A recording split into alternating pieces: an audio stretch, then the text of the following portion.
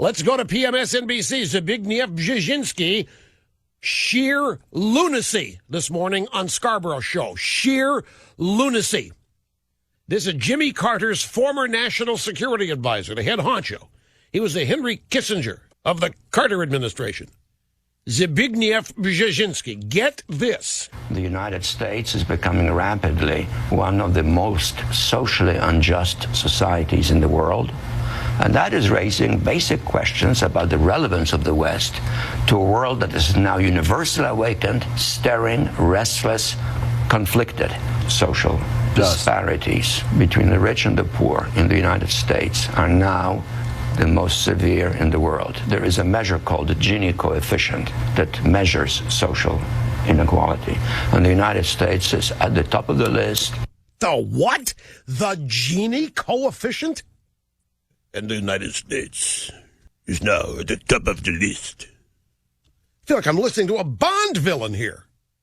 The United States rapidly becoming one of the most socially unjust societies in the world. In the area of foreign policy, in which I excel, I alone permitted to make this judgment. And I look at the United States and I see this widening gap of rich and poor. I myself am rich, but I deserve to be rich because I'm smarter than all the rest of you plebes. But nevertheless, I deserve to be rich and I deserve to pay no taxes because I'm smarter than the rest of you. But the social injustice of our culture and our society, what it really means is I'm not being invited to the right parties anymore because I work for that dumbcoff Jimmy Carter. What are we talking about here? One of the most socially unjust societies. Zbigniew Brzezinski, and he wasn't finished. Secondly, do you know that in America, if you are born poor, your chances of dying richer than your parents are lower now than in Europe?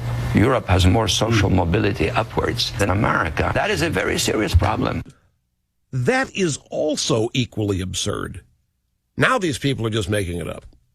Now just throwing it up against the wall and hoping it'll stick.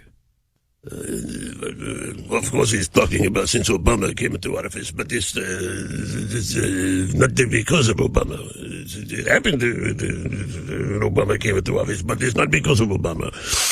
Obama's doing everything he can to right the ship. Obama's doing everything he can to shrink this gap of social unjustification, justness, make us more like the prosperous nations of Europe, and so forth, where the banks are barely able to stay open. The last I looked.